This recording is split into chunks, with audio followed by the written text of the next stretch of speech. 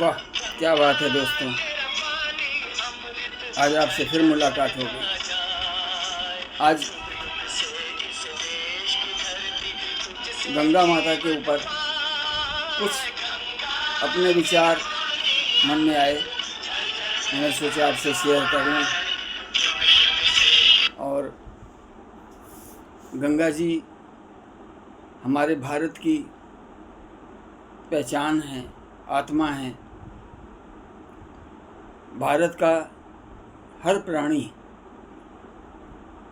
गंगा जी की पवित्रता को, शुद्धता को प्रणाम करता है, नमन करता है।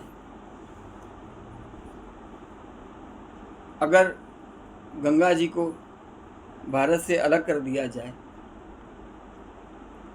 तो ऐसा लगेगा जैसे भारत की भूमि से आत्मा ही निकल गई। पुराणों में इस बात के प्रमाण हैं कि सारे ऋषि मुनियों ने गंगा तट पर बैठ करके ही ईश्वर की उपासना की और ईश्वर के दर्शन भी किए। सारे तीर्थ गंगा तट पर ही बने। जैनों के 24 तीर्थंकर हैं, जिसमें 22 गंगा तट पर एक पहाड़ी पर हैं। गंगोत्री से सबसे छोटी धारा गंगा जी की निकली और भी तमाम सारी नदियाँ निकली, लेकिन गंगा जी में ऐसा कौन सा केमिकल मिल गया, ऐसी कौन सी जड़ी बूटियाँ घुल गईं कि अगर और किसी भी नदी का पानी हम बोतल में भर के रख दें तो वो थोड़े समय के बाद ख़राब हो जाता है, उसमें कीड़े पड़ जाते हैं, सड़ जाता है। लेकिन गंगा जल में ऐसा नहीं होता।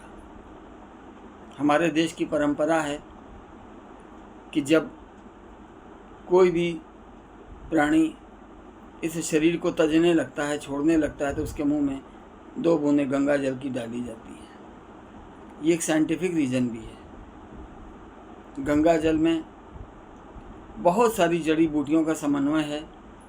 गंगा जल में सदियों से, हजारों वर्षों से लाशें प्रवाहित की जा रही हैं।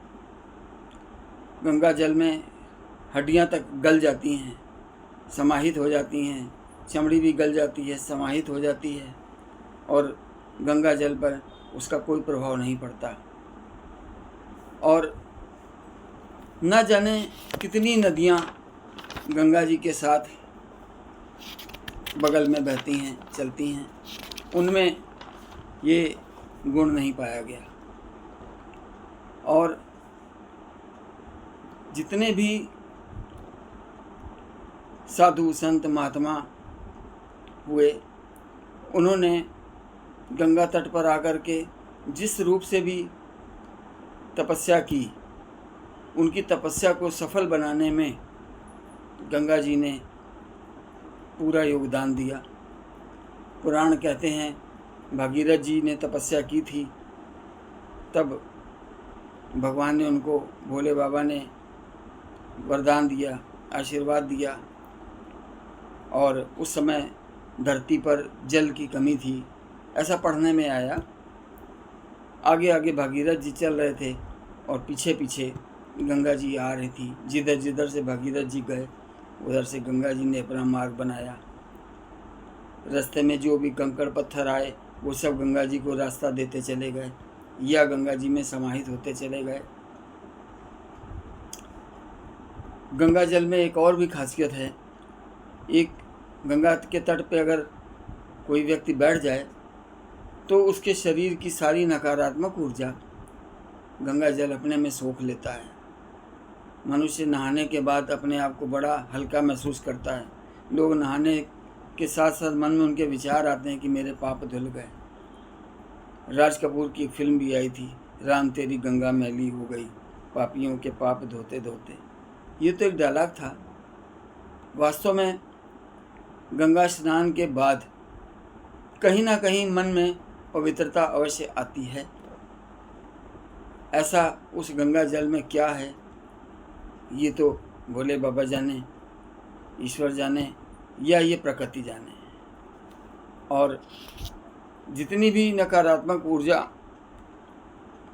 गंगा सोख लेती है, हर एक की सोख लेती है, लेकिन गंगा के जल में उसका कोई प्रभाव नहीं पड़ता। बहुत सारे वैज्ञानिकों ने इस पर खोज की। अंत में उन्होंने ये मान लिया कि गंगा के जल में औषधीय गुण है। विषय तो बहुत लंबा है, फिर कभी और चर्चा करेंगे। राकेश अरोड़ा ऋषि मेरे चैनल को सब्सक्राइब करें, लाइक करें, कमेंट करें, शेयर करें। बहुत बहुत धन्यवाद। फिर मिलेंगे।